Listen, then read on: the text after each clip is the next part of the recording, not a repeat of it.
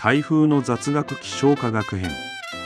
4、台風は海水温26.5以上で急成長する。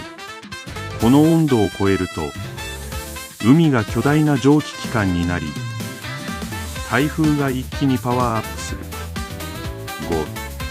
5、台風の強さは気圧より風速で決まる。気圧が低いほど強いけど、実際の破壊力はが最大風速で判断される。